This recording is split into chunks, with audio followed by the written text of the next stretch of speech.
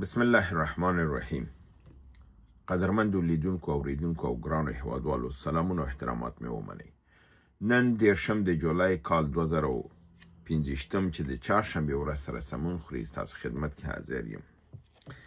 نن زما د خبرو او د صحبت موضوع ده د فلسطین او د فلسطین د دولت جوړېدل او په ده باندې دغه اوس چې کوم یو د ملګرو ملتونو ناسته وشوله، کوم کنفرانس چې راغوښتل شوی و، په ده باندې ده چې دغه کنفرانس تر کومه پورې حقیقت لري. آیا دا واقعا د دولت د جوړولو لپاره دا اقدام دی یا مکملا د فلسطین د حذفولو لپاره؟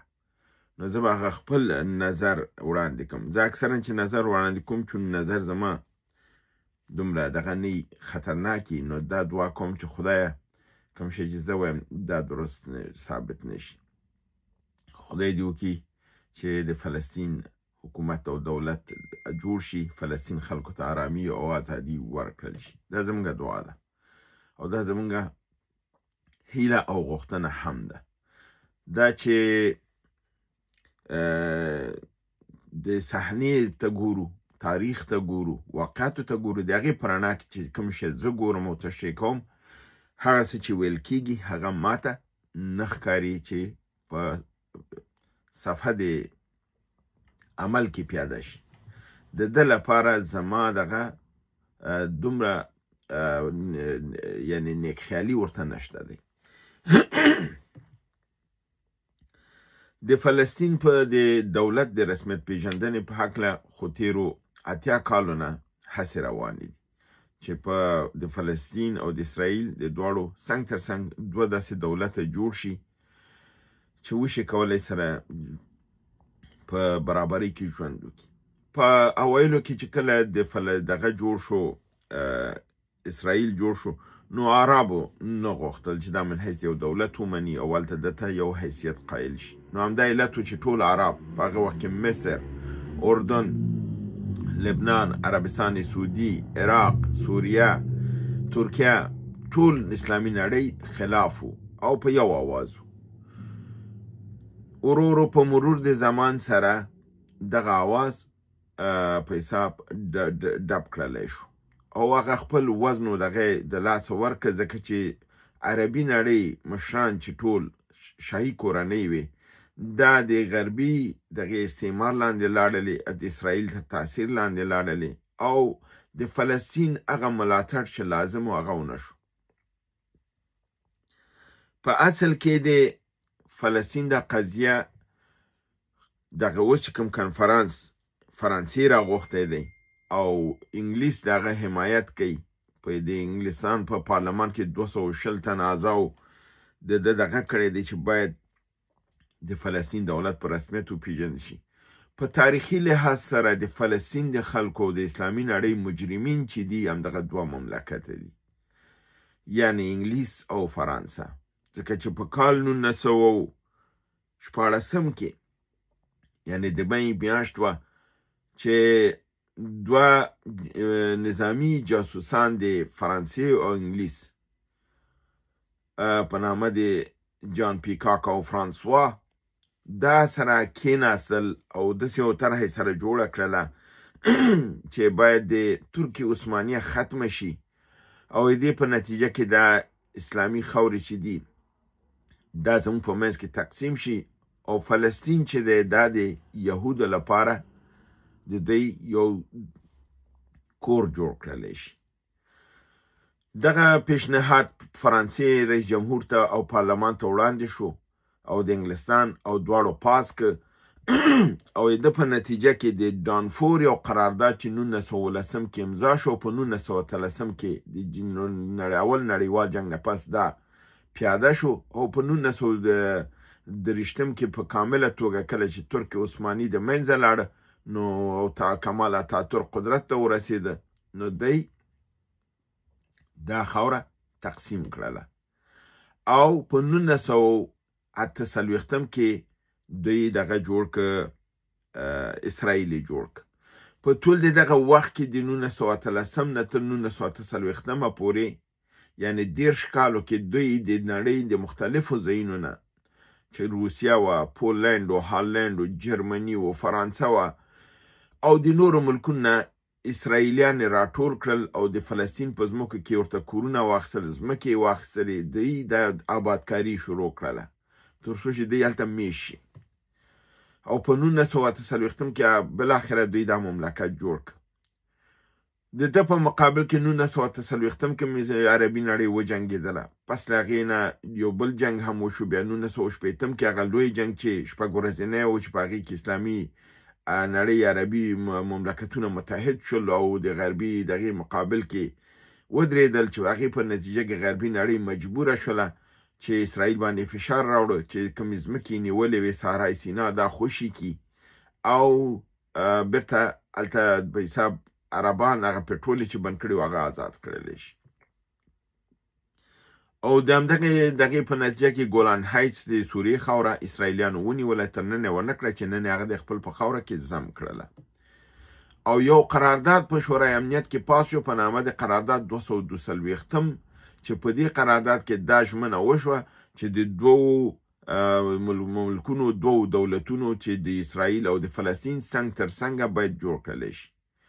کله چې عربان د حاضر شول چې دا جوړ کړلی شي په ده وخت کې چون دا جنګ اسرائیلیانو وړه او اسرائیلیانو د مخالفت وکړ او د 1980 نه تر اوسه پورې چې 2015 دی یعنی څه کم 80 کاله تیریږي دغه قرارداد چې دوه دولته باید جوړ شي دا پیاده نه کړلی شو. بار بار په شورا د اسامبله د ملګرو ملتونو کې د فلسطین د دولت د پیژندنې لپاره قراردادونه پاس شول او هغه رد کړلی شول، ویتو شول د امریکا او اروپایي ټولنې دغه انګلیس او د همدغه فرانسې په لاس چې نن راغلی دي چې راځي دی ته یو دولت جوړ. دغه ظلم دغه جبر د فلسطینیانو سره دغه دواړو کړی دی. د دغه تاریخچې په رڼا کې زه تاسو ته دا کمې خبرې چې اوس وروسته کوم د ده په رڼا کې کوم. که دی واقعا فلسطین جوړول غوښتل، دی که واقعا غوښتل چې دوه دغه کې نو د 1980 نه را په دې خوا د قرارداد ولې عملي نه شو؟ خاص استازی تعیین شو، معاشات یې واخیستل، موټرونه یې استعمال کړي، ښې ډوډۍ وخوړلې، خو 80 کالو کې یو قدم مثبت وانخیستل شو بلکې منفي اسرائیل د فلسطین خاورې ورو ورو ونیولې. هغه خاوره چې په حساب 55% په تفاوت سره د اسرائیل او د عربو په دغه کې وه، نن د 55% د عربانو په 12.5% بدله شوې ده او هغه هم اوس اسرائیل نه مني او هغه ختمه ده.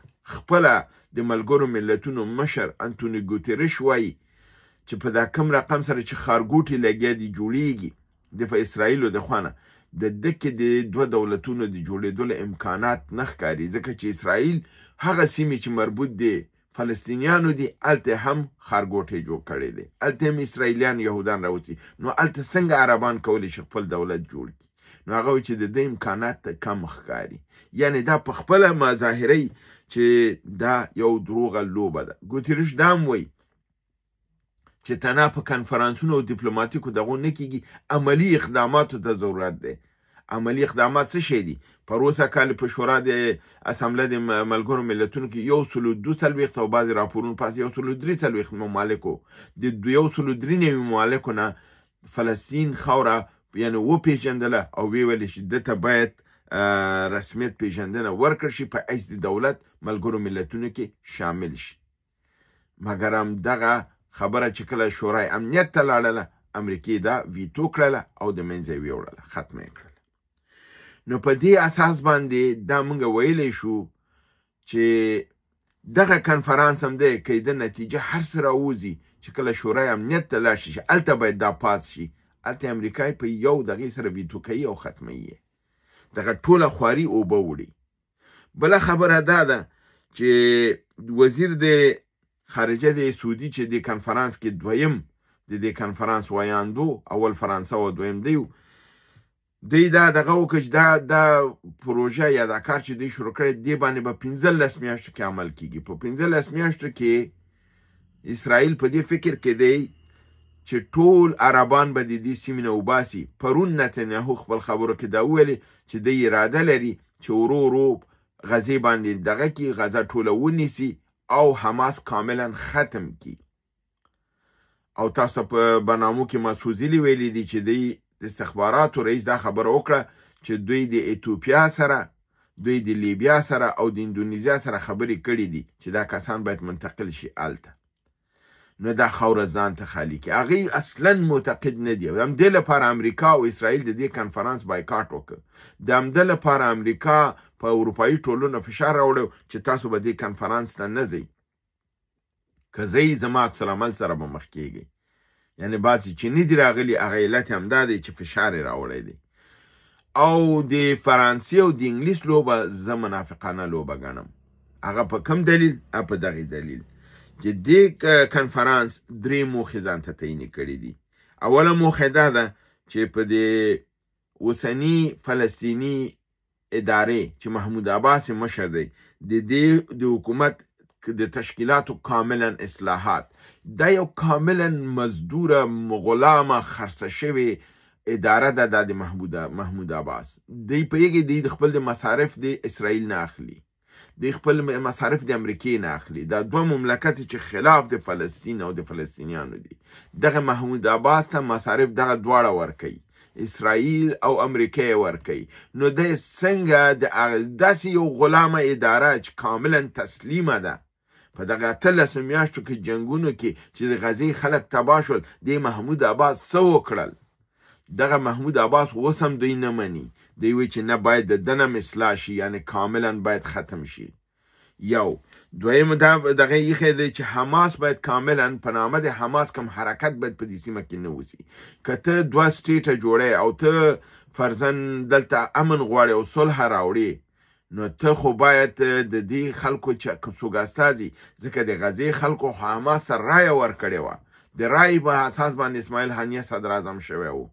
نو ته څنګه د هغې خلک دا کوې؟ ته چې کوم مصالحه کوې ته دا نشې ویلی څوک دي څوک دې نه یي. دا بله دغه دی چې حماس به کاملا خالصه کېږي او نست و نابود کېږي به. درېیمه دا ده چې دغه کارونه ترڅنګ به عربي نړۍ به اسرائیلو سره خپل روابط نارمل کوي او اسرائیل به په رسمیت پیژني. تاسو ما ته ووایئ چې په دې کې کوم یوې د دولت د جوړولو لپاره هڅه ده او کار دی. نو دکې ماته دا هڅه نه ښکاري. تاسو وکتل چې کله په غزې باندې د 20 میاشتې حملې وې، 80,000 ښځینه او ماشومان ووژل شول، 140,000 کسان ټپیان کړلی شول. غزه، خان یونس او رفح دا ټول په کامله توګه مسمار شول او 85% تر 90% د خاورو باندې مبدل شول. امریکا ونه ویلې چې دا اور بند کوي، خو کله چې د ایران 12 ورځې میزایلونه په اسرائیل راغلل او اسرائیل د ما سره مخ که، امریکا را مخه شه، اور بند یې وکړه او اسرائیل ته نجات ورکړه. دا د دوه مخیزې لوبه، دا د ډبل سټنډرډ، دا د حقوق بشر. دا د هغه حقوق بشر چې هلته انسانان د لږې نه مري، دوی برق، اوبه، ډوډۍ هر څه پې بند کړي دي. او کوم ځای ته چې ډوډۍ ځي چې د توزیع وخت شي، فایر پې کوي، 50-60 تنه شهیدانۍ. دا د انسانیت، دا د حقوق بشر، دا د قانون د دنیا. نو تاسو یې دنه څنګه تمه لرئ چې دلته به یو دولت جوړ شي؟ یعنی زما په خوله د 100 وارې خاورې وسي. الله دې نه کوي چې فلسطین او د فلسطینیانو دا دغه داعیه ختمه شي، یعنی د اسلام دا داعیه ختمه شي. خو پلان هم دا دی چې دوی به دغه کنفرانس هم دغه موخې چې ورته تعین کړي دي، دا د دولت د جوړولو نه بلکې د فلسطین د کامل خاتمې لپاره پلانګذاري ده. فلسطین به کاملا له منځه دی وړي او دلته به د اسرائیل او امریکایانو قواوې دغه کېږي او د دې نه به د اسلامي نړۍ به امریکا کنټرولوي. ممکن چې خپله اسرائیل هم تضعیفه کړي ځکه چې پخپله به دلته راځي. دا د دوی پلان. دغه فرانسه ډیر منافقانه لوبه کوي. دا فرانسه چې ده دا د اسرائیلو نه ډیره زیاته د اسلامي نړۍ دښمنه ده. دا مکرون چې دی دا مکار دی. تاسو د نه کوم ځای کې د اسلامي نړۍ په دغه کې دا لیدئ چې دا راغلی نن کنفرانس کوي. نو په دې دغه اساس سره د ده نه زما هیلې ده نشته دی. دا کنفرانس چې دی مثبت نه دی بلکې دا منفي دی او دا د اسلامي نړۍ په ګټه او نه د فلسطینیانو په ګټه نه دی. الله د خپل رحم وکړي. د همدې سره خپل برنامه ختموم. تاسو په لوی رب العزت سپارم. وما علینا الا البلاغ.